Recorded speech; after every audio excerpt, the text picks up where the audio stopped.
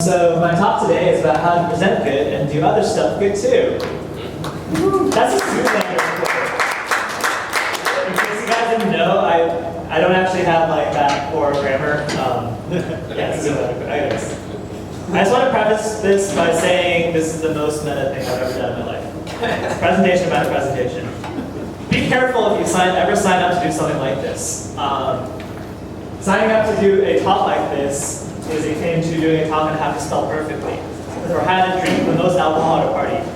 You'll be under so much scrutiny afterwards that you can just crumble. I don't think I'm by any means the best presenter at Pocket Gems, probably just the person nearest to Ashik when he was looking for somebody to do this talk.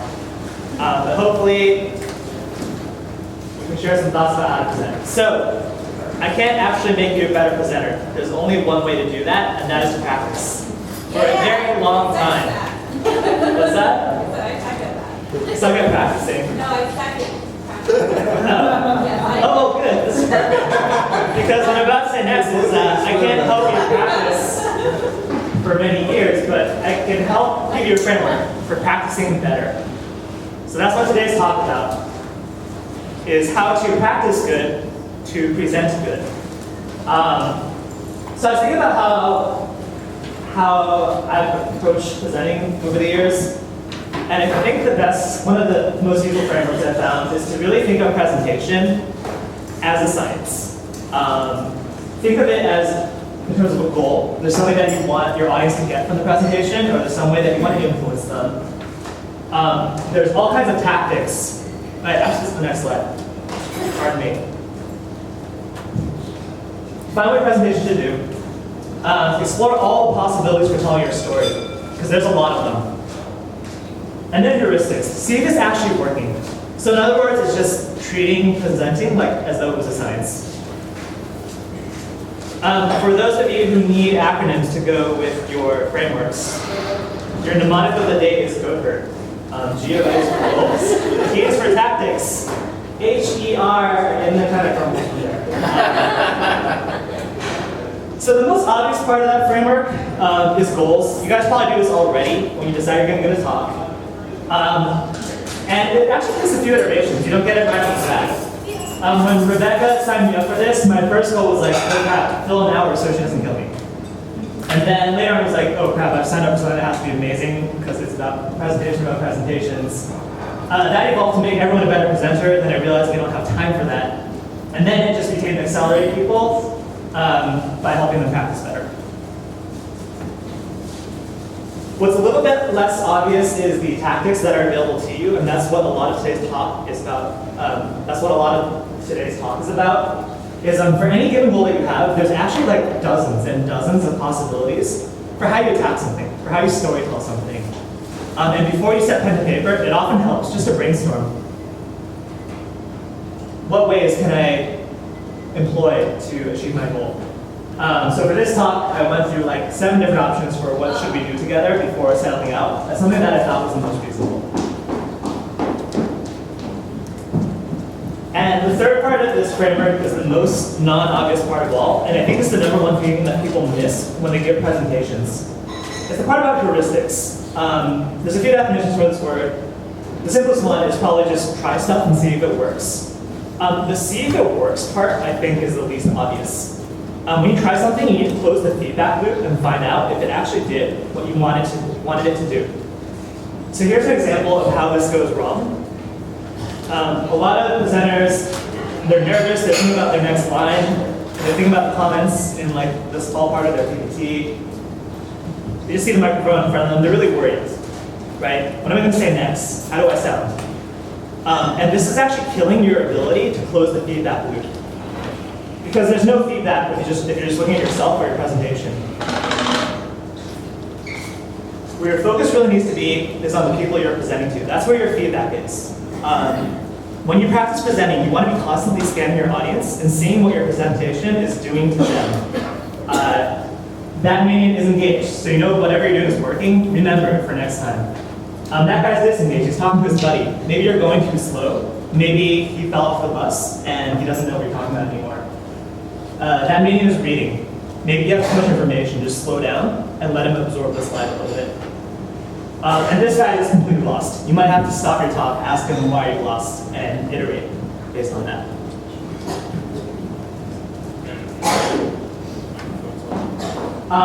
There's a lot of fun ways to think about feedback. Do you guys recognize what this is? This is, they have this thing where they like strap sensors to people's eyeballs and track where they're looking on a page to figure out what really commands their attention. I think it's called, oh gosh, I don't know what it's called. Some kind of heat map. Anyways, you learn a lot by doing this stuff. For example, if you're in web design, you learn that people mainly look at your content in a capital E shape. They'll look at the top of your page and they'll look down the left. And so it goes for slides. You want to know what people are actually looking at in your presentation, because if you've got 20 elements up there, odds are they're only picking out 2 or 3. You don't just have to learn from your own talks, you can also learn from other people's presentations. Who recognizes this game? Anybody? Oh man, I just underestimated you guys. Only 3? Alright, this is old school Monkey Island. There is something called insult sword fighting, where you fight somebody with swords, except what you do is you insult them, and if they could come up with a witty comeback, then they would win. Otherwise, you would lose. You start out only knowing 1 insult, and you get your butt kicked a lot. But you learn all the insults that they're throwing at you, and it grows your vocabulary. So I think the path to presenting well is a lot like insult sword fighting. You're starting with a few tricks in your pocket, and you're learning more and more as you present with other people or watch their presentations. So what happens if you use this framework a lot? You get better at defining your goals cleanly. Your storytelling vocabulary expands, whereas once upon a time you only had 1 way to say something, you now have dozens of ways to say it. And the heuristics bit, you start to be able to anticipate how your message is going to be received. You've lost so many people and confused so many people and misdirected so many people. You've stepped on their landmine. You start to cut them off at the pass and know where you can hold your attention and where you're going to lose them. So that's my go-over framework that I made up. The rest of the talk is actually just about that center bullet because I think it's one of the most colorful. It's really going to focus on different ways that you can tell a story with your presentation. This is just one way to cut up storytelling. I don't know if it's the official way, but this is applicable for every layer of the story. There's a certain vocabulary for laying out the plot of your presentation. There's a certain vocabulary for tackling certain bits of content, and there's a certain vocabulary for the dynamics that you add in your story to make it come to life and make it really interesting. So these are all examples rather than overall thoughts about presentation. Overall approaches to plot. How do you structure something like this? Say your goal is to pitch Ben a hog FPS. Find objects and shoot them. How do you go about trying to convince them that it's a good idea? What plot elements can you employ? Does anybody want to throw out some things that they might put in this plot? What is the vocabulary of convincing a CEO that a game is a good idea? Anybody? The market is huge. The market is huge. You might want to show some at-Andy slides about where hog is trending and where FPS is trending and swear that the sum of them is going to blow it out. The market is huge.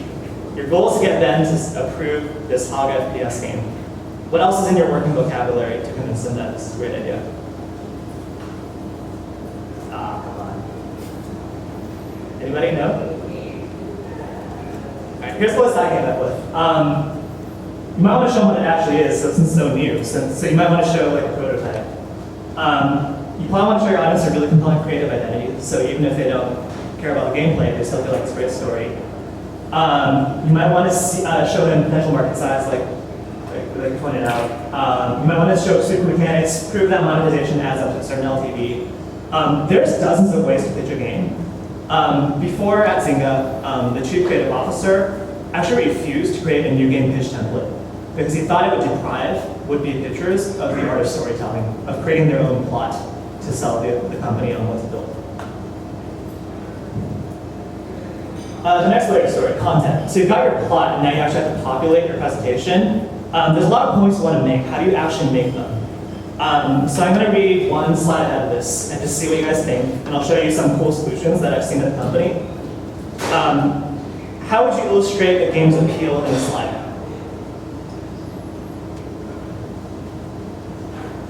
Graph. What's that? Graph. A graph to illustrate a game's appeal. Maybe. It's got to be a really good looking graph. So I thought one fun approach that Alan took to sell Iceland was to illustrate Iceland's appeal by evoking a common childhood aspiration. Pretty unique approach. How would you communicate a launch plan?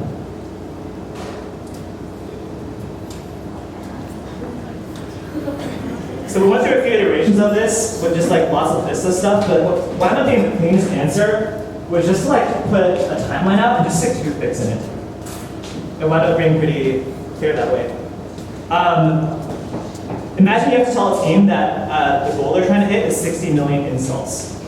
How do you get them to feel what 60 million installs really means? A graph. Yeah, maybe a graph of like relative to other games. Any other ideas? Is 60 million installs a lot? Yeah, that's a ton. That's like a fourth of America, right? You could draw it as a fraction of America. You could take that American map and just like color 1/4 of it red.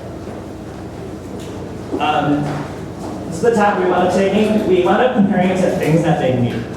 So you might not know what 60 million is, but you probably know what Halo is, or Grand Theft Auto, or League of Legends.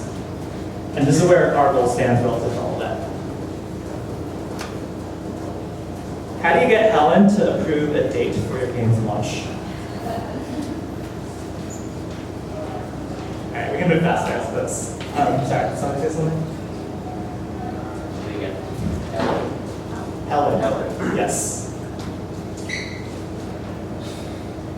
All right.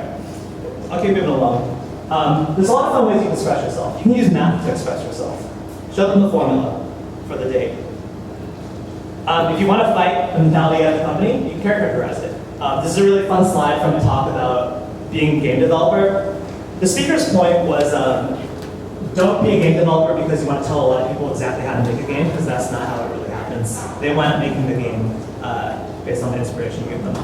But you just had this up to say to illustrate that this is not how game development works, which was fun. To show how a team feels, we found a way that worked was to put all their quotes up on a board, and it really got people's attention.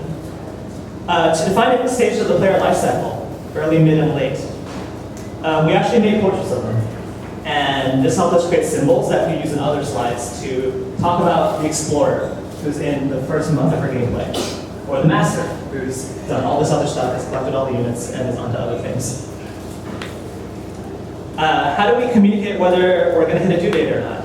There's a lot of ways to do it. One way I like to do it is do a burn down chart. This is the amount of scope, and you just see it sloping downwards, and you're hoping that it hits 0 by the time the due date falls. The point of all this is that there is a lot of fun ways to express different things you want to say. And the bigger your vocabulary, the more fun you can have with your slides.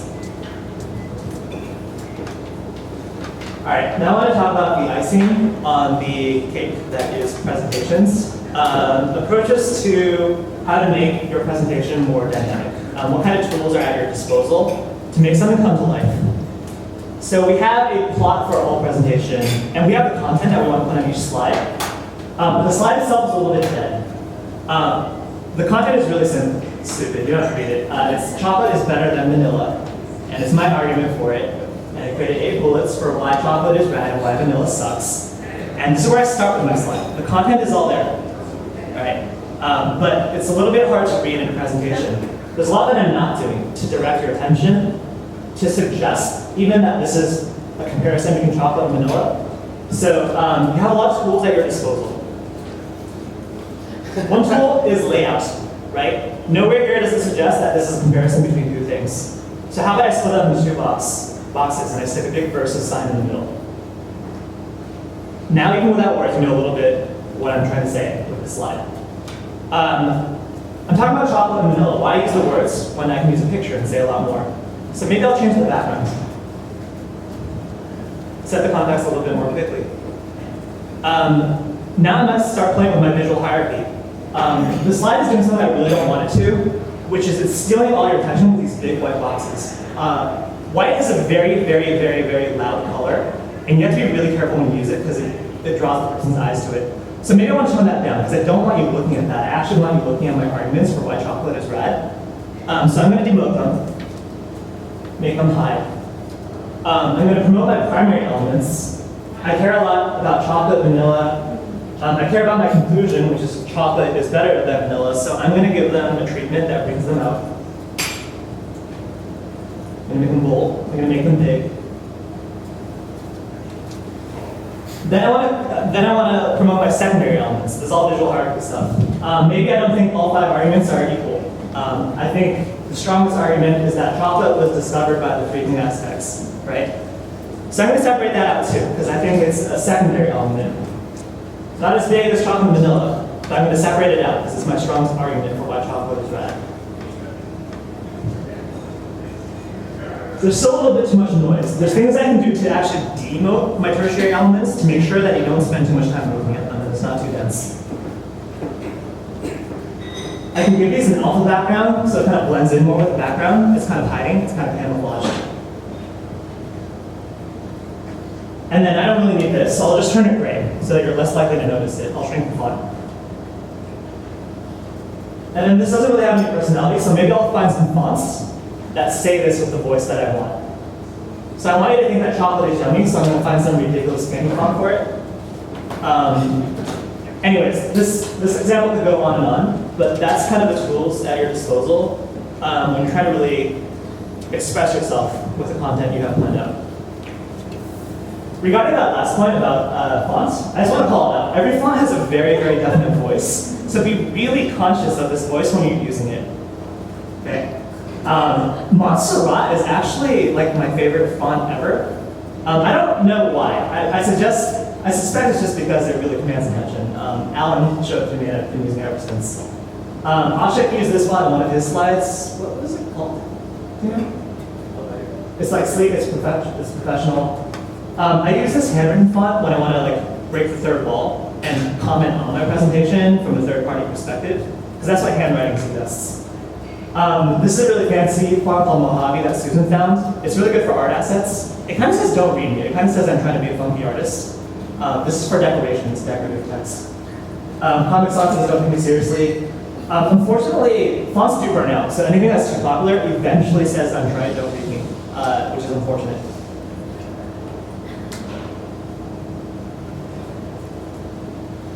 So just to sum up that last bit, you have a lot of tools at your disposal. You have visual hierarchy.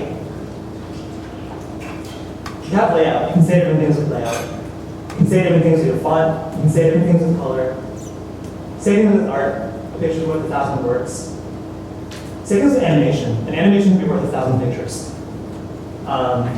Which is why I stuck in that little moving bar. This is actually something that comes with PowerPoint. I don't know if you ever played with it, but it's there. And it's actually very simple to use.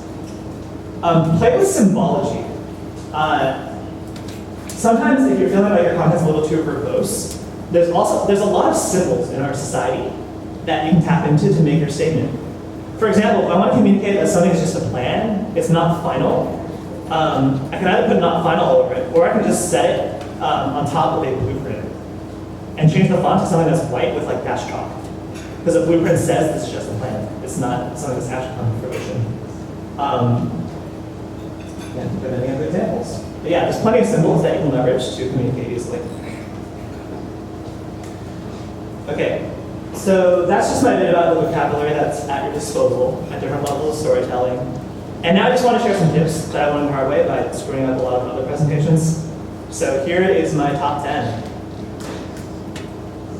Tip number 1, respect your format's limit for information density. It's not a clown car. You can't just put 20 pieces of information in there because you want to. At some point, it's going to melt. The funny thing is different formats actually have different levels of affordance. So if you're going to do a big old marketing sign with a big picture, this is commanding so much attention that it's only really got affordance for maybe one bold statement. Maybe 2 if you get creative with the picture. If you've got a bullet list, people are going to hang with you through like the 4th. You're going to find that once you hit 5 or 6 or 7 and you look at the audience and see like where they're tracking, they're gone. They're not reading bullet list number 6. That's not always true. It depends on the context of the presentation. It is a P&L meeting with elemental read. Flowcharts, they can grow to 5. At 6, they start to melt. Tables start to melt at 3 by 3. That's already 9 elements. Asking for a 10th or 11th is a bit much.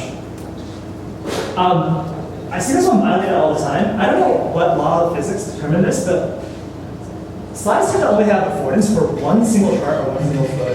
If you're pasting two charts side by side, for some reason the impact just like falls to the floor. I don't know what it is. If you want more density, there's other formats that can accommodate that.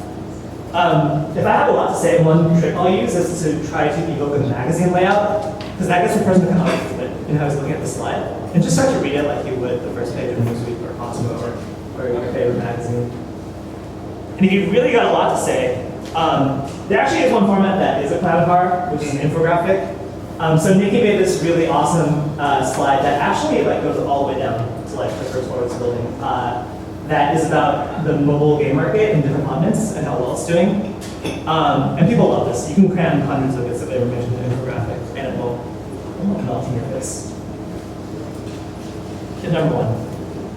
Tip number two, for those of you who have stage fright, don't worry about it. If they're going to think anything about you, they already have. Tip number three, don't leave your audience wondering what you're trying to say. Use your slide title. Give them the conclusion of what it is you're trying to say. Don't let them just scan the thing. You can give them the conclusion. You can give them the call to action. If you want to be engaging, you can try to get Socratic on them and ask them questions. If you really want to screw with them, you can use titles like, "Can you find the anomaly in this graph?" Guarantee you, if they're falling asleep, they're all just going to start scanning the chart. Tip number four, don't be that guy. That says, I don't always put text on graphics. You can always cheat. You can always put like a transparent rectangle behind it, and it'll solve your contrast problems. Tip number five, I'm kind of a nerd about this. Charts are really, really hard to read, and there's a lot you can do to make it far more readable. I actually want to go through all 8 bullet points here, because they matter a lot to me. If there's one rule of charts, it's this. Your dependent variable goes on the y-axis, and your independent variable goes on the x-axis, because that's how charts work. The others are a little bit less important. First is put a lot of fine print here so that your query or your data can be replicated later. You're going to need it. If someone else doesn't need it, future you might need it 2 months later to make a comparison. So here I bring like all geos, all sources, put it in there. It doesn't need visual weight. That's why I shrunk it and made it gray, but you just need it as a citation. Be very careful with your chart title. If you do it well enough, you can even skip your chart labels. Don't screw with the Y origin, that's really evil, unless you know what you're doing. Manually change the default setting for the axes and the tick marks. For example, the default thing that Excel would do on a chart like this is put a little tick mark for every single date, and then the chart becomes completely unreadable. You want to manually set it to like take every 7 days, because that's a week. And you also want to manually format it, so oftentimes your chart will just spit out like, I don't know, too many decimals, like 0.0653 cents on the y-axis. You can cut all that stuff out. Oh, they're not showing up. Always use horizontal grid lines. They're really faded here. And relevant pause can help explain a lot about why the chart is spiking right now.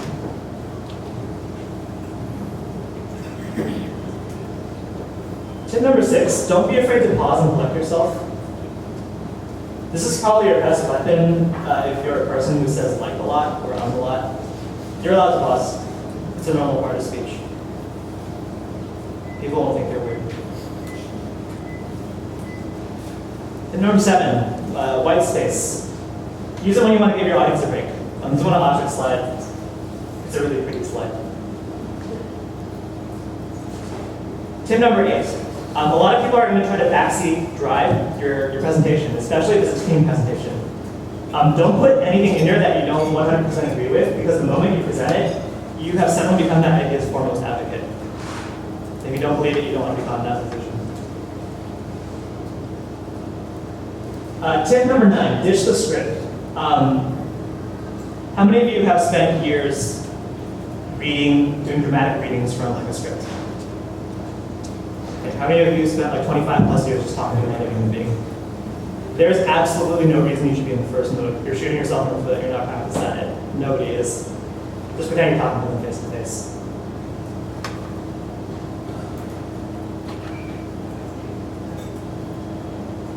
My final tip is this: if you're going to send your PPT out, there's a lot of things you really want to do before you do that.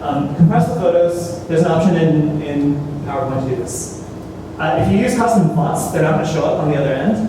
If you're using a Mac, export to PDF. If you're using a PC, you can embed the fonts. And the final thing is make sure it makes sense, even if you're not there to talk through it. So a lot of presentations are great, but if I'm just reading it later, I have no idea what it's saying because I'm missing the voice track. All right, so that was a lot. I just want to end this with a reminder of why we are interested in doing this and presenting for years and years and getting better at it and investing time and sweat into it. Present well because packaging your ideas gives them a lot more consequence. When you bundle up all your thoughts, it's probably the wrong caption, it's a lot more communicable to other human beings. It's a lot more communicable even to your future self. This is how you remember the things you thought a year ago. If your thoughts are disorganized, it's a lot harder for them to spread to other people. Present in my dialogue, because dialogue is what sharpens your ideas. I've grown a lot by presenting stuff that was stupid, had somebody call me out on it, and then I knew not to have that thought anymore. Presents because it's social. It's a good way to stay in touch with people. If you do well, they'll give you a thumbs up, a pat on the back. They'll wink at you. They'll do all three if they're really creepy. Please don't do all three. And finally, storytelling is primal. Giving a presentation is just a form of storytelling, and it's something that you're born to do. People have been telling stories since whenever, and it would be a shame if you went through life without practicing something that you were naturally configured to do.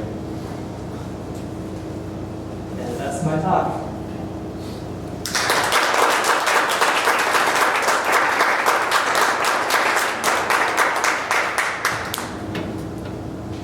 Any questions? I would have another tip, which is something that you are doing right now, which is, I think, really important.